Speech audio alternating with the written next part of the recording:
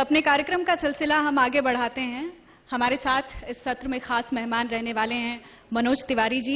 मनोज जी, आपका बहुत बहुत स्वागत है इंडिया न्यूज के खास कार्यक्रम मंच में।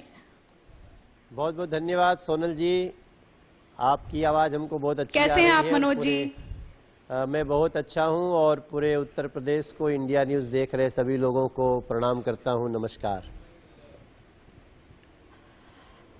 मनोज जी, बिना किसी देरी के चलिए राजनीतिक चर्चा की शुरुआत करते हैं, क्योंकि उत्तर प्रदेश में राजनीतिक सरगर्मियां तेज हैं और आपका जो अनुभव है, आपका जो किरदार है, वो काफी अहम रहने वाला है।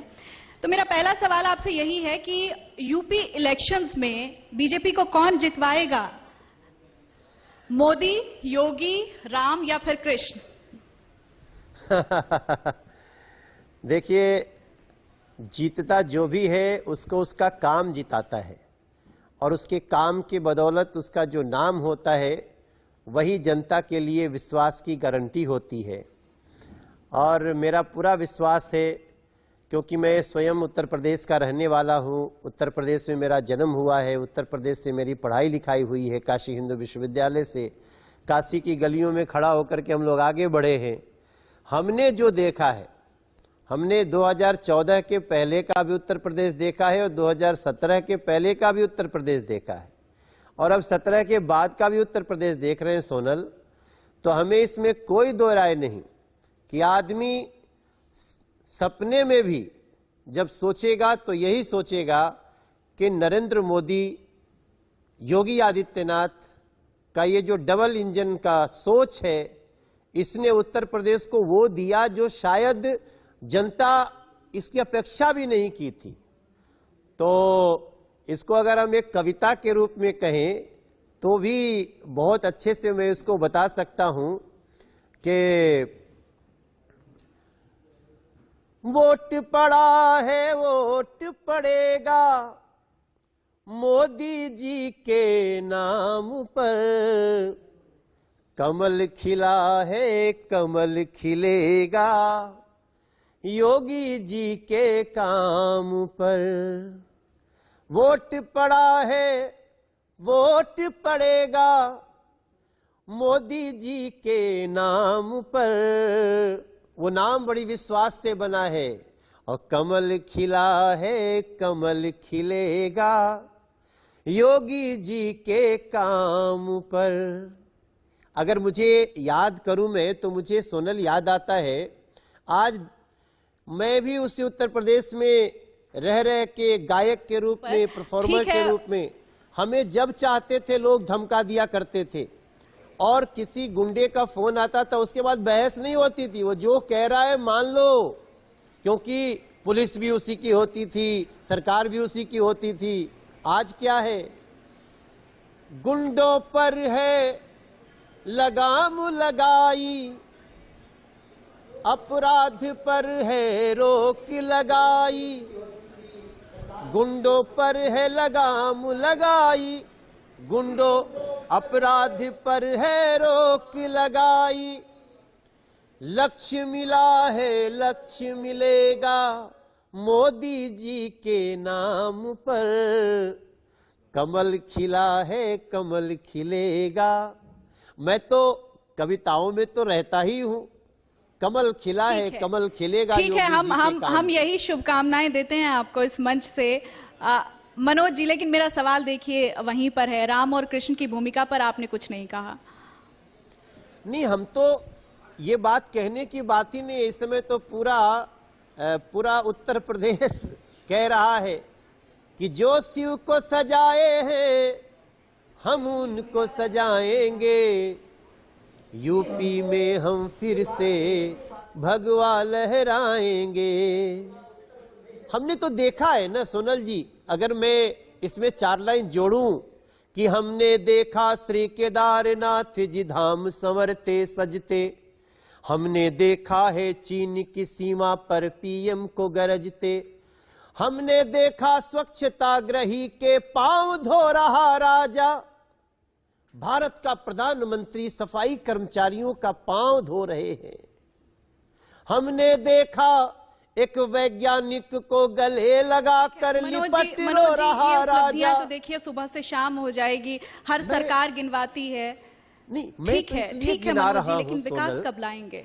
मैं इसलिए गिना रहा हूं कि ये उत्तर प्रदेश को याद है, मनोज तिवारी को इसलिए याद है कि उत्तर प्रदेश को याद है। और बाकी तो बातें तो चलती रहेंगी, बातें बनाने से तो किसी को कोई नहीं रोक सकता, लेकिन उत्तर प्रदेश को जो नरेंद्र मोदी और योगी जी की सरकार ने दिया है, उसका उत्तर प्रदेश 2022 में ठीक है, लेकिन मनोज जी, जो बातें आप कह रहे हैं, जो मुद्दे आप गिनवा रहे हैं, इस पर तो लगातार विपक्ष तंज कस रहा है। अखिलेश कह रहे हैं कि हम करके गए हैं और फीता जो है वो बीजेपी की तरफ से काटा जा रहा है। ये नहीं कह पा रहे हैं ना कि काम नहीं किया। आप सोचिए, जब कोई सरकार काम कर देगी तो आजकल दिन रात इन लोगों को एक कोई कारण ढूंढने में लगे कि इनको हम इसमें कैसे घुस सकते हैं। तो एक ही काम कहते हैं कि फीता काट रहे। अरे हमने शिलान्यास भी किया, शिलान्यास करते हुए भी योगी जी को, मोदी जी को देखा, और उसी का उद्घाटन करते हुए भी हमने देखा। हम ऐसे कई चीज गिना सकते हैं जहां पे हमने शिलान्यास भी किया है सोनल, और हमने योगी जी को उस उद्घाटन करते भी, मोदी जी को उद्घाटन करते भी अपने कार्यकाल में देखा। और जिन लोगों ने, चूंकि मैं स्टैंडिंग कमेटी हूं ट्रांसपोर्ट टूरिज्म कल्चर का, इस देश में कोई सड़क जब तक उसका अधिग्रहण न हो उसकी शुरुआत नहीं हो सकती।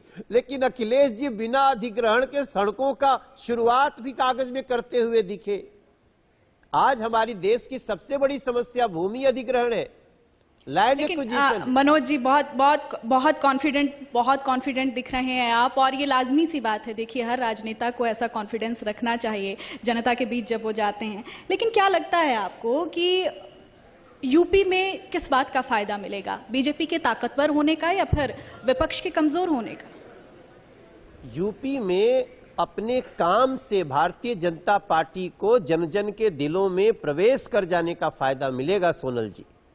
मैंने वो समय भी देखा है उत्तर प्रदेश में जहां सिर्फ बंदूक की बात चलती थी, बंदूक की भाषा चलती थी, किसी के प्रॉपर्टी पे कोई कब्जा कर लेता था। हमने तो कभी सोचा ही नहीं था, हमने अपेक्षा किया था, लेकिन वापसी होगी, माफियाओं के घरों पे पाप की कमाई पे बुलडोजर चलेगा, ये जो जनता को विश्वास हुआ है। हम तो कह सकते हैं ना कि सड़कों का जाल बिछा है, दो दो नया एम्स खुला है, सबकी थाली में रोटियां, खुश हैं यूपी की बेटियां। किसने सोचा था ऐसा यूपी बनेगा, पाप की कमाई पे बुलडोजर चलेगा। किसने सोचा? हमने भी नहीं सोचा था, लेकिन इसी से निकालती हूं मनोज जी, आपने कहा कि खुश हैं यूपी की बेटियां। यूपी की बेटियों पर ही सवाल ले लेते हैं। देखिए, बहुत सरकार की तरफ से ये बातें कही जा रही हैं महिला सुरक्षा को लेकर, लेकिन विपक्ष इसी को सबसे बड़ा मुद्दा बना रहा है। आखिरकार ऐसा क्यों? सोनल जी, आज किसी बेटी की तरफ कोई आंख उठा के देखे तो उसको डर लगता है कि ये योगी सरकार है, ये योगी सरकार में हमारा बहुत बुरा हो जाएगा। लेकिन फिर भी अपराध का ग्राफ बहुत तेजी के साथ बढ़ रहा है ना मनोज जी? नहीं, हम अपराध का ग्राफ इतना तेजी से गिरा है सोनल, आप पूरे देश का एक डेटा उठा लीजिए तो आज अपराध का ग्राफ उत्तर प्रदेश में कैसे गिरा है हमको कहने की जरूरत नहीं है, बुलडोजर बता रहे हैं।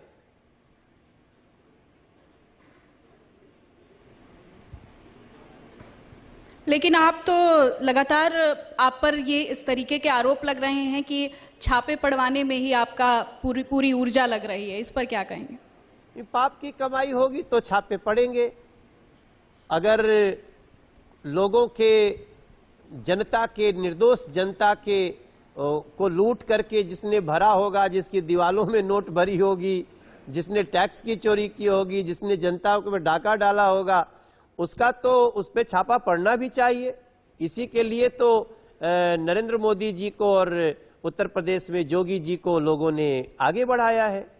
और हम तो बड़े गर्व से कह रहे हैं कि ये छापा पड़ रहा है, लेकिन छापा पड़ने के बाद जिनको तकलीफ हो रही है, हम तो ऐसे छापा पड़ने पे हमको पेड़ा मिल रहा है, लेकिन जिनको पीड़ा मिल रही है उनका क्या होगा?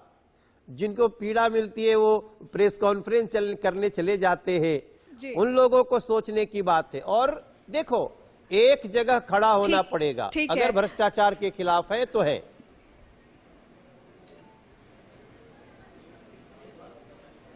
मनोज जी, आप चूंकि पूर्वांचल से आते हैं और पूर्वांचल की भूमिका क्या रहने वाली है वो किसी से छिपी नहीं है। मैं चाहती हूं कि आप भोजपुरी में ही जरा पूर्वांचल को संबोधित करिए, पूर्वांचल की जनता को संबोधित करिए। नहीं, बहुत अच्छा बात कहली आप। हम बड़ी मुश्किल से कंट्रोल करीला कि हमरा से भोजपुरी न निकल जाए, कहीं कि भोजपुरी तो हमनी के रोम रोम में बाटे सोनल। तो ये सही में देखिए, नरेंद्र मोदी और योगी जी ये लोग लीडर बाटे। लीडर के मतलब होला कि वो खाली आज के व्यवस्था नहीं के करत, वो आगे 100, 200 साल, 500 साल, 1000 साल बाद हमनी के पीढ़ी कैसन होई, हमनी के समाज के सुरक्षा कैसन होई, ओकरा पर काम करे जा रहल बाटे। तब बात बनौले से खाली काम नहीं चली। जैसे हमनी के भोजपुरी में एगो गीत बा कि बतिया बनावल बहुत बात नहीं खे, बतिया निभावल बहुत बात होला, यूपी जरावल बहुत बात नहीं खे, यूपी सजावल बहुत बात होला। ये सब लाइन उत्तर प्रदेश के लोगन के महसूस बाटे बहुत। और एकरा से हम पूरा हमारा इत्मीनान बा कि पूर्वांचल, लेकिन सवाल यही है ना कि उत्तर प्रदेश के जो लोगन हैं वो क्या महसूस करते हैं, क्या महसूस करते हैं? क्या उस मिजाज को भांप पाना एक बड़ी चुनौती नहीं है? देखिए, जब आपके मन साफ बटे तो फिर सबकर मिजाज के भापल जरूरी नहीं खे। हमनी के उत्तर प्रदेश एगो ऐसन धरती है जहाँ भगवान राम पैदा भैले, जहाँ कृष्ण जी पैदा भैले, जहाँ पे बाबा विश्वनाथ के नगरी बाटे, जहाँ एक से एक आध्यात्मिक लोग आइल बाटे। तो वहाँ साफ दिल वालन के उत्तर प्रदेश साफ दिल से समझ ली। और ए नाते हमरा पूरा विश्वास बा कि जो स्टेप उठैले बाटे सरकार, चाहे वो गन्ना किसान से जुड़ल होके, उनके भुगतान से जुड़ल होके, हमनी के गोरखपुर के उर्वरक कारखाना से के शुरुआत भइल होके, हमनी के पूर्वांचल एक्सप्रेस बनल होके, हर काम दिल में उतरल बा।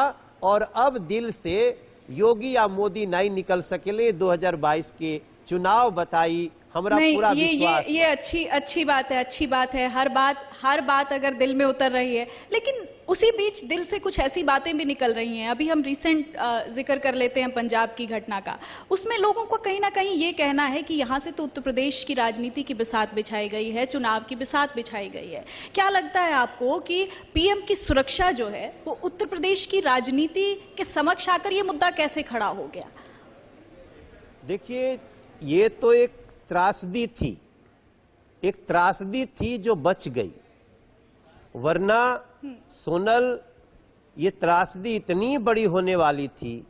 जैसी त्रासदी हम सब ने राजीव गांधी जी की देखी थी, जैसी त्रासदी हमने इंदिरा गांधी जी की देखी थी, एक वैसी ही त्रासदी थी, लेकिन वो टल गई। और ऐसे में पंजाब के लोगों को भी पता चला है कि कांग्रेस के लोगों ने शासन में रहते हुए कितना बड़ा जुर्म किया है, और पंजाब की जनता भी बता रही है। लेकिन प्रधानमंत्री जी पंजाब के लिए जो चीज देना है, पंजाब के लोगों को देना है, उससे पीछे हटने वाले नहीं हैं। अभी देखिए मनोज जी, समय की कमी है। एक सवाल और ले लेती हूँ आपसे। एक चीज जोड़ता हूँ, समय की जरा कमी है, तो मैं चाहती हूँ कि केवल संक्षेप में जाए हर सवाल का जवाब। आज देखिए, पूरा पंजाब के लोग धन्यवाद कर रहे हैं गुरु गोविंद सिंह जी की जयंती में। आज 26 दिसंबर को वीर बालक दिवस घोषित किया प्रधानमंत्री जी ने। क्या ये सोच भी सकते हैं दूसरे लोग ये सम्मान देने का? तो हम पंजाब से ठीक है, लेकर पूरे ठीक देश है। तक वैसे ही दिल में समा रहे हैं। लेकिन ठीक है मनोज तिवारी जी, लेकिन लोगों के दिमाग में ये भी है कि मनोज तिवारी तो आजकल अखिलेश और राहुल पर बयान करने पर ही बिजी हैं, उनके पास मुद्दों की कमी हो गई है, ऐसा है क्या? हमारे पास तो इतने मुद्दे हैं कि हम उनको बताने लगेंगे तो पूरा हमको 40 मिनट और लग जाएगा।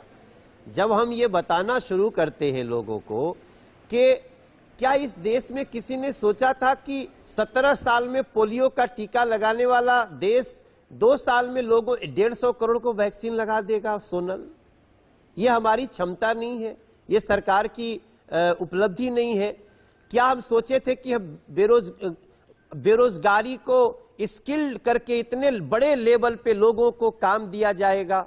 हमारी बड़ी जनसंख्या है, बड़ी चुनौती है, फिर भी हम घर घर गरीबों को अनाज भी दे रहे हैं, हम फ्री में इलाज करवा रहे हैं 5 लाख रुपए तक का। हम तो इतनी चीजें बताएंगे जहां हमें राहुल गांधी और अखिलेश जी से कोई मतलब ही नहीं है हमारा। ये लोग तो बस सपने में जी रहे हैं। हमारे सपने में भी कृष्ण भगवान आए थे, हमारे सपने में भी कृष्ण भगवान आए थे। ठीक है मनोज जी, देखिए सपने सबको जीने का अधिकार है और सपने देखना भी जरूरी है, क्योंकि तभी हम सपने पूरे कर पाते हैं। बहुत बहुत शुक्रिया आपका मनोज तिवारी जी, समय की कमी है, आप हमारे साथ जुड़े इस कार्यक्रम में समय निकालकर। जय श्री राम। तो मनोज तिवारी जी हमारे साथ थे और